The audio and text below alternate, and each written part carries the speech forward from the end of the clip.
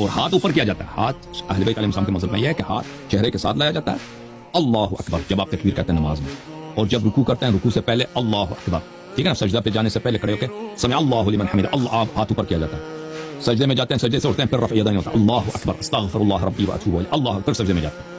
دوسرے سجدے سے جب اٹھتے ہیں بیٹھ جاتے ہیں, اللہ اکبر, پھر کھڑے ہو جاتے ہیں, یہ ہاتھ پھر اٹھایا جاتا ہے, ٹھیک ہے نا. تو یہ اللہ اکبر یہ کہتے وقت ان سب میں سنت یہی اہل بیت علیہ السلام کے احادیث میں رفع یدین کیا جائے. تو پہلی بات یہ ہے کہ آپ تکبیرۃ الاحرام کہیں گے, تو اس کے بعد حمد پڑھیں گے. سورہ فاتحہ کے بغیر کوئی نماز نہیں, اور بسم اللہ الرحمن الرحیم سورہ فاتحہ کا جز ہے, نہیں پڑھیں گے تو نماز باطل ہے. بسم اللہ الرحمن الرحیم کا کہہ کر سورہ فاتحہ پڑھیں گے. اگر فرض نماز ہے تو اس کے بعد ایک دوسرے سورہ کو پڑھنا ضروری ہے. اگر فرض نماز پڑھ رہے ہیں تو پہلے 2 رکعات میں حمد کے بعد دوسرا سورہ, کوئی بھی سورہ قرآن کا لے لیں, قل هو اللہ احد قل اعوذ برب الناس, یا لمبی سوروں کو لے سبح بسم ربک الاعلی لے لیں, کوئی بھی, اس سے بھی لمبی کسی کو آتا ہے تو پڑھنا چاہے تو پڑھ سکتے ہیں. لیکن دونوں رکعتوں, فرسٹ رکعت اینڈ سیکنڈ رکعت میں, نمبر 1 نمبر 2 میں سیم سورہ کو نہ پڑھیں, یہ مکروہ. مگر یہ سورہ قل هو اللہ احد دونوں رکعتوں میں آپ پڑھ سکتے ہیں. قل هو اللہ احد کے علاوہ کسی دوسرے سورے کو آپ پڑھیں تو اس میں کراہت ہے, ٹھیک ہے نا. تو اگر مثلا انا انزلنا پڑھتے ہیں, انا انزلناه فی لیلۃ القدر پہلی رکعت میں, دوسری رکعت میں اس کو نہ پڑھیں, کوئی اور سورہ, والعصر ان الانسان لفی خسر پڑھیں. سورہ جتنے پڑھیں گے اس میں بسم اللہ واجب ہے, سوائے سورہ برات, بسم اللہ نہیں پڑھیں گے تو یہ نماز نہیں, ٹھیک ہے نا.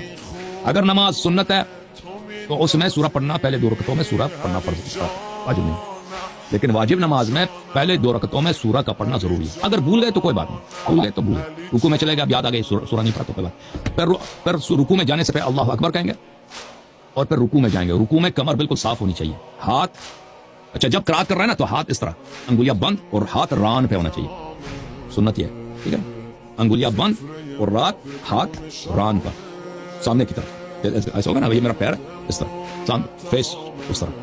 اچھا جب رکوع میں جائیں گے تو رکوع ہاتھ انگلیاں کھول کے گھٹنے کو اس طرح گھٹنے پہ رکھیں گے, اور کمر بالکل راست ہونی چاہیے. جب بالکل ساکن ہو گیا بدن, اب موو نہیں کرے, تو پھر رکوع کا ذکر کریں, سبحان ربی العظیم و بحمدہ. ایک دفعہ کہتے ہیں کافی ہے, 2-3 دفعہ کہتے ہیں بہتر ہے, 5 دفعہ کہتے ہیں بہتر ہے, 7 دفعہ کہتے ہیں اس سے بہتر, ٹھیک ہے نا. اس کے علاوہ نماز میں جہاں بھی اللہ کا کوئی بھی ذکر کریں وہ چاہیے, رکوع میں, سجود میں, یا غیر رکوع سجود میں, جو بھی آپ اللہ سے کسی بھی زبان میں, اردو زبان میں, پشتو, اللہ سے کوئی راز و نیاز کریں نا, کہ اللہ تو میرا رب ہے, عربی میں کہہ دیں انت رب, یا پنجابی میں کہہ دیں, یا بلوچی میں کہہ دیں, یا بنگالی میں کہہ دیں کہ اللہ تو میرا خدا ہے, تو میرا رب ہے, میرے گناہوں کی بخشش کرنا. جو بھی راز و نیاز نماز میں اللہ سے کیا جائے وہ جائز ہے.